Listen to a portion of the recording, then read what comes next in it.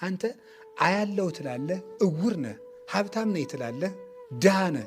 ለብሻለሁ ትላለህ፣ ርቃንህን ቆመሃል። ይልቁንስ የኔን ልብስ ግዛና ልበስ፣ የኔን ኩል ውሰድና ዓይንህን ኳል ይላል።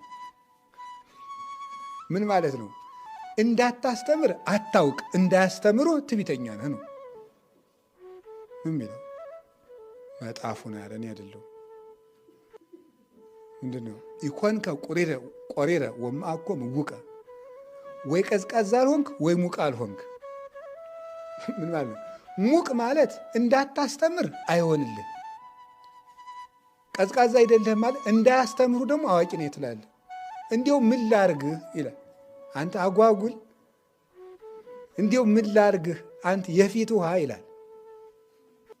የፊት ውሃ ምንድን ነው? ለብ ያለ እኮ ነው። ተርጓሚው ነው ያላዛኝ ነው። ወግ እያወገው እንደሚመስላቸው አንድምታው እንደሚለው እንደ ፊት ውሃ ነው። ወይ አልሞቀም አልቀዘቀዘ አይጣል እኮ። እንደዚህ ያለ ሰው እንደ የሊቃውንት ጉንፋን ይሉታል አንዳንዶቹ። የሊቃውንት ጉንፋን ማለት ምን ማለት ነው? ጉንፋን ሊናገሩ ሲሉ ማለት እያለ እየመጣ ቃል እግዚአብሔር አናገርም ማለት ነው።